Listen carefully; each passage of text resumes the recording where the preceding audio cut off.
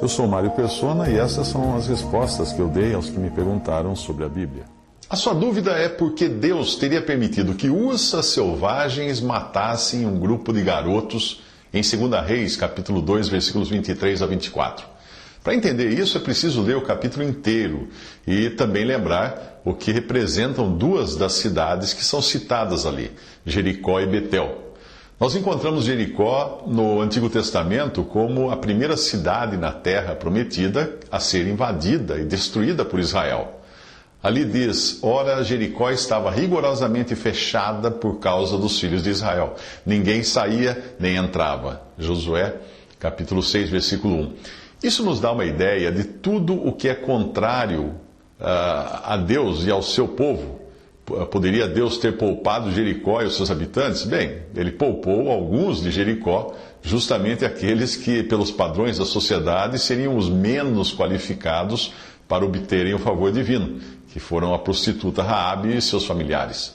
Numa outra ocasião, Deus poupou uma cidade inteira, Nínive, porque os seus habitantes se arrependeram dos seus pecados. Isso está em Jonas capítulo 3, versículo 10. Portanto, tire logo da cabeça a ideia de um Deus injusto e tirano, porque Ele é benigno para com todo aquele que se reconhece pecador e aceita o seu favor. A Bíblia diz: deixe o ímpio o seu caminho e o homem maligno os seus pensamentos, e se converta ao Senhor, que se compadecerá dele.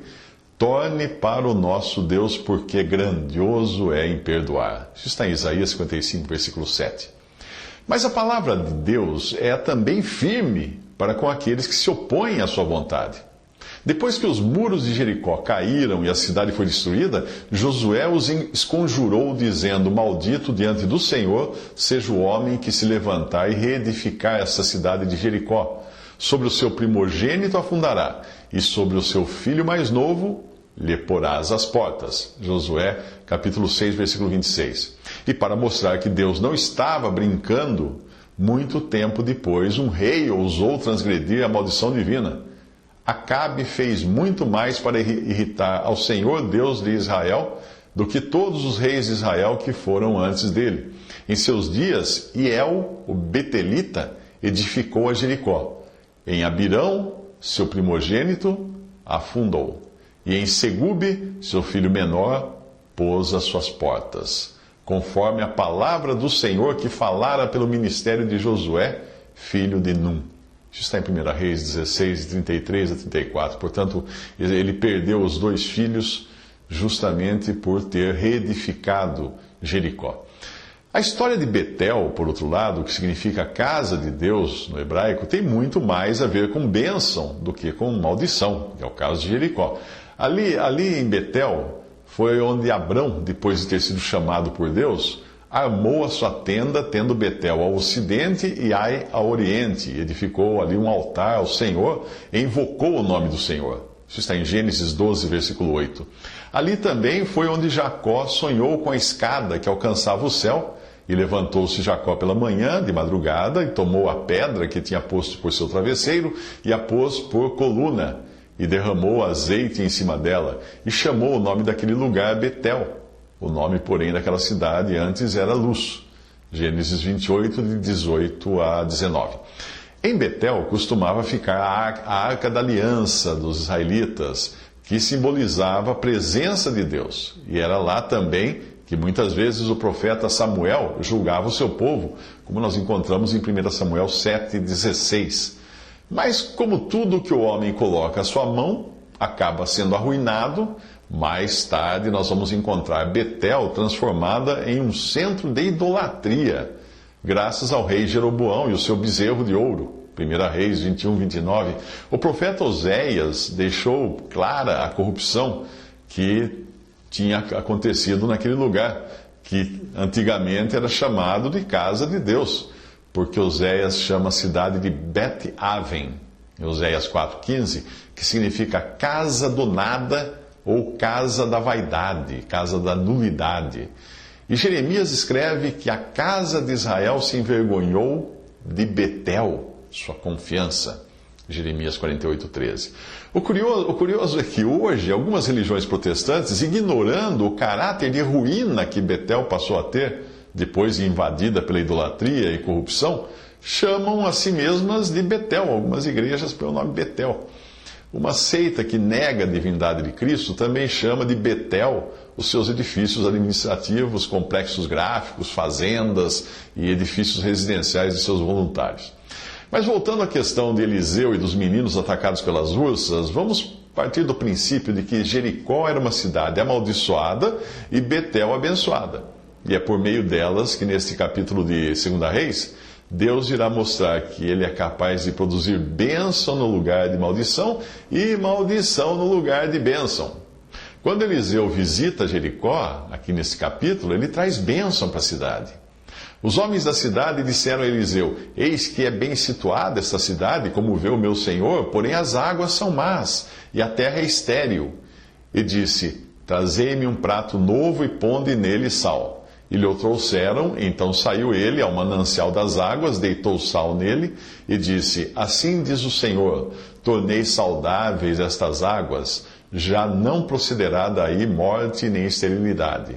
Ficaram, pois, saudáveis aquelas águas até o dia de hoje, segundo a palavra que Eliseu tinha dito. 2 Reis 2, 19 a 22.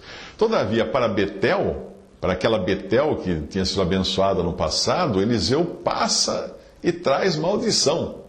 Então subiu dali a Betel, e indo ele pelo caminho, os rapazinhos saíram da cidade e zombavam dele, e diziam-lhe: sobe, calvo, sobe, calvo. Virando-se ele para trás, viu-os e os amaldiçoou em nome do Senhor. Então 2 ursas saíram do bosque e despedaçaram 42 deles. 2 Reis 2, 23 e 24. Quando nós não conhecemos quem é Deus e o temor que se deve a Ele, nós vamos achar que ele fez mal em amaldiçoar Jericó, lá no início do Antigo Testamento, mas fez bem em purificar suas águas neste capítulo de 2 Reis. E vamos achar também que ele fez bem em abençoar Betel, lá em Gênesis 31, 13, quando ele disse: eu sou o Deus de Betel, mas fez mal em permitir que as ursas atacassem os jovens irreverentes neste nosso capítulo. É engraçado como nós nos achamos capazes de julgar como Deus deve ou não agir.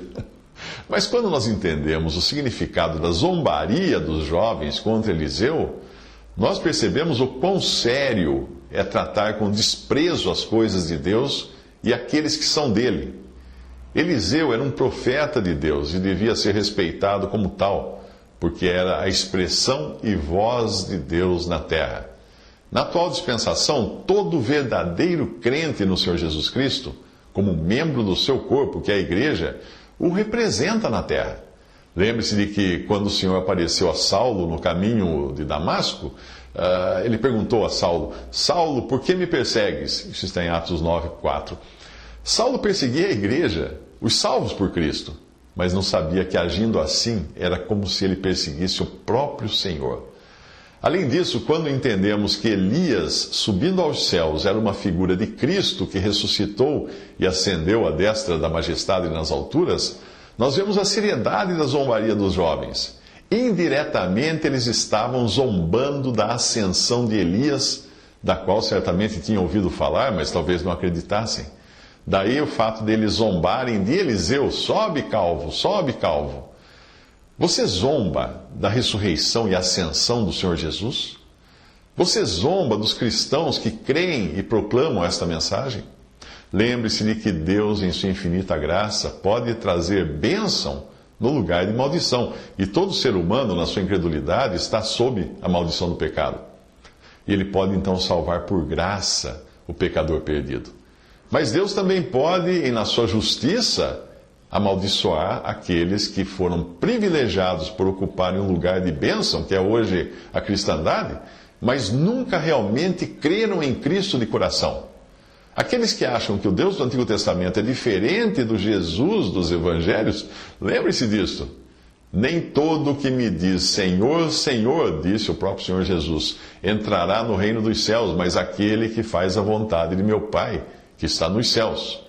Muitos me dirão naquele dia: Senhor, Senhor, não profetizamos nós em teu nome? E em teu nome não expulsamos demônios? E em teu nome não fizemos muitas maravilhas? E então lhes direi abertamente: Nunca vos conheci. Apartai-vos de mim, vós que praticais a iniquidade. Isso está em Mateus 7, 21 a 23. E Jesus disse também: Pois eu vos digo que a qualquer que tiver, ser-lhe-á dado, mas ao que não tiver, até o que tem lhe será tirado. E quanto àqueles meus inimigos que não quiseram que eu reinasse sobre eles, trazei-os aqui e matai-os diante de mim. Isso diz o próprio Jesus em Lucas 19, 26 a 27. E ele é Deus. Ele é o Jeová do Antigo Testamento, que vai agir também quando voltar com severidade contra o mal e contra aqueles que o rejeitaram. Visite respondi.com.br. Visite 3minutos.net.